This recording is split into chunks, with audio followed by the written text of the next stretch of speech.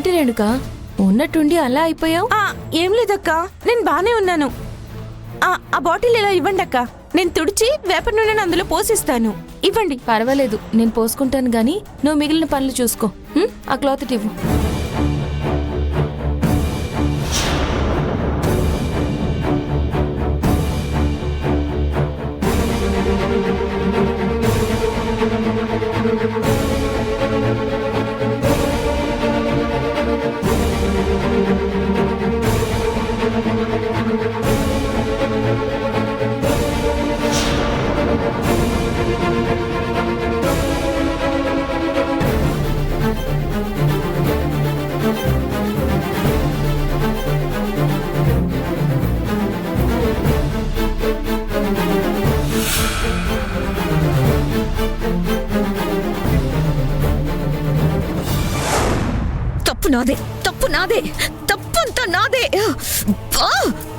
తప్పంతా నాదేనండి.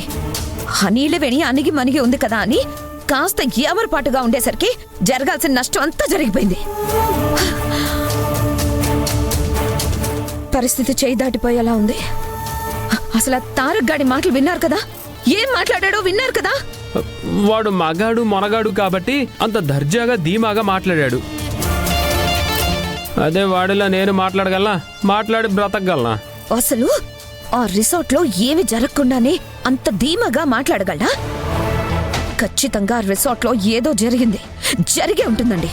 ఆ నీలవేణిని పిలిచి అసలు రిసార్ట్ లో ఏం చేశారు, ఎలా గడిపారు అడుగు. దాంతో మనకు క్లారిటీ వస్తుంది కదా. తనని పిలిచి అడిగామే అనుకోండి, అమాయకురాల్లాగా మొహం పెట్టి అయ్యో అమ్మగారు మీరనుకున్నట్టు మా మధ్య ఏమీ జరగలేదు అమ్మగారు అని మహానటిలా జీవిస్తుంది. ఇక మీదట తనని నమ్మకూడదండి. అంటే నీలవేణి ప్లాన్ చేసి తారక్ ని రిసార్ట్కి తీసుకుని వెళ్ళింది అని అంటావా? మరి కాదంటారా? అసలు తారక్ అలా ఆలోచిస్తాడా చెప్పండి? వాడికి తాగడానికి మందు, తినడానికి మంచింగ్ ఉంటే చాలు. వాడికి సంబంధించినంత వరకు వాడి దృష్టిలో ఆ నీలవేణి ఇక్కడున్న ఆ చెట్లు చేమలతో సమానం. ఇంకా చెప్పాలంటే ఇంట్లో ఉన్న వస్తువులతో పాటు తాను కూడా ఒక వస్తువు అని అనుకుంటాడే తప్ప ఆ నీలవేణిని తను తాళి కట్టిన భార్య అని, తనని సంతోషంగా చూసుకోవాలని, ఎక్కడికైనా తీసుకుని వెళ్లాలని ఆలోచన కూడా వాడికి ఉండదండి. జరిగిన దానికి కర్త కర్మ క్రియ ఆ నీలవేణి మాత్రమే. కాంచనా, నువ్వు నీలవేణి మీదున్న కోపంతో మీ నాన్నని మర్చిపోయావు. అసలు నాకు తెలిసినంత వరకు ఈ ప్లాన్ వెనుకున్న మాస్టర్ మైండ్ మీ నాన్నదే. మీరు చెప్పేది కూడా నిజమేనండి. ఇందులో ఆయన పాత్ర కూడా ఉండే ఉంటుంది. నీలవేణి, మనం రిసార్ట్కి వెళ్ళాం కదా, దాని గురించి నీ ఒపీనియన్ చెప్పనే లేదు. అంటే నా తాగుడు, నీ కిడ్నాప్ గురించి వదిలేస్తే ఆ రిసార్ట్, అక్కడ వాతావరణం, అక్కడ వాళ్ళు మనకిచ్చిన మర్యాద, కల్పించిన సౌకర్యాలు ఇవన్నీ నీకు నచ్చాయా? నచ్చాయి సార్. ఏంటి నువ్వేదో నచ్చినట్టుగా చెప్తున్నావు? ఇంతకీ నీకు ఆ రిసార్ట్ నచ్చలేదా? అంటే నచ్చక కాదు, అర్థం కాక. ఏంటి అర్థం కాలేదా? అవును సార్, మనం మన డబ్బుల్ని వాళ్ళకిచ్చి అక్కడికి వెళ్ళి మరి ఎందుకు బస చేసి రావాలో చెప్పండి సార్. అంటే నువ్వు డబ్బుల గురించి ఆలోచిస్తున్నావా? అవును సార్, అక్కడ ఏం చూసినా ధరలు ఆకాశాన్ని అంటుతున్నాయి సార్. అంతెందుకు సార్, అక్కడ పెరుగన్నం 300, పెరుగువడ 150 అంట. ఏంటి సార్ ఆ రేట్లు?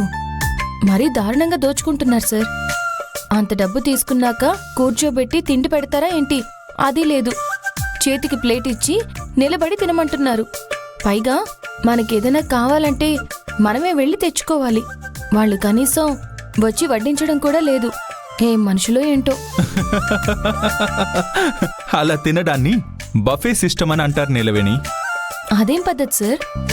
అయినా వచ్చిన వాళ్ళని మర్యాదగా కూర్చోబెట్టి అన్నం పెట్టాలి కానీ మీకు కావాల్సింది మీరే తెచ్చుకుని తినండి అని చెప్పడం మర్యాదగా ఉంటుందా చెప్పండి? అయినా ఆ బఫే సిస్టమ్కి మనం వెళ్ళలేదు కదా. మనం వెళ్ళకపోయినా మన కళ్ళకి కనపడుతుంది కదండి. నా కంటికి కనిపించిన దాని గురించి చెప్పానంతే. అయినా అందరూ చేత్తో తినకుండా స్పూన్స్తో తింటున్నారు. కానీ ఇంకొంతమంది పుల్లల్లాంటి స్పూన్లతో గుచ్చి గుచ్చి తింటున్నారు. ఏం మనుషులో ఏంటో. మన చేత్తో కలుపుకుని నోరారా తింటేనే కదా సార్ మన కడుపు నిండుతుంది. హ్మ్, తిని బయటికి రాగానే ఒక ఆయన డోర్ దగ్గర నిలబడి తల వంచి అందరికీ నమస్కారం పెడుతున్నాడు. ఆయన అలా ఎందుకు చేస్తున్నాడో నాకైతే అస్సలు అర్థం కాలేదు సార్. అది ఆయన పని నీలవేణి. వచ్చిన వాళ్ళకి నమస్కారం పెట్టి డోర్ ఓపెన్ చేయడమే ఆయన పని. అంటే మనకి చేతులు లేవా? డోర్ ఓపెన్ చేసే శక్తి లేదా? పాపం ఆయన్ని చూస్తే జాలేసింది సార్. పొద్దున్నుంచి పొద్దుపోయేదాకా అలా నిలబడి అందరికీ సలాంలు కొడుతూనే ఉన్నాడు. ఇంకా చెప్పు. రూంలోకి వెళ్ళగానే అక్కడున్న ప్రతి వస్తువు కొలత తీసుకుని చేసినట్టుంది. అసలు కూర్చోవాలంటేనే ఏదోలా ఉంది. ఆయన ప్రశాంతంగా నిద్రపోవడానికి కూడా బుద్ధి పుట్టలేదు సార్. హ్మ్, అదొక్కటే కాకుండా ఇంకా ఏ రిసార్ట్కి వెళ్ళినా అలాగే ఉంటుంది నీలవేణి. అదే నాకు అర్థం కావడం లేదు సార్. మీరొక్కరే తిక్కలోళ్ళ అంత డబ్బు ఖర్చు పెట్టి అక్కడికి తీసుకుని వెళ్లారని అనుకుంటే అక్కడ మీలాగే అయ్యో ఆ, నాలాగే చాలా మంది తిక్కలోళ్ళు అక్కడికి వస్తున్నారా? తప్పైపోయింది సార్. నన్ను క్షమించండి. ఏదో మాటల్లో పడి నోరు జారేసా.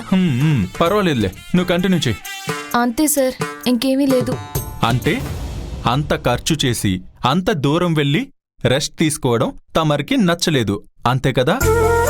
రెస్ట్ తీసుకోవాలని అనుకుంటే ఏ పని చేయకుండా ఉంటే చాలు కదా సార్. దానికెందుకు సార్ ఇంత ఖర్చు పెట్టాలి? అయినా మీరు పెట్టిన ఖర్చు ఎన్ని నెలల నా జీతమో తెలుసా? అంతెందుకు, మీరు చేసిన ఖర్చుతో ఒక కుటుంబం ప్రశాంతంగా 2 సంవత్సరాలు గడిపేయచ్చు సార్. నువ్వేమీ అంత ఫీల్ అవ్వాల్సిన అవసరం లేదు. అయినా అక్కడికి వచ్చే వాళ్ళందరూ బాగా ఉన్నవాళ్లే. అలాంటి వాళ్ళు ఎంత ఖర్చు చేసినా ఏం కాదులే.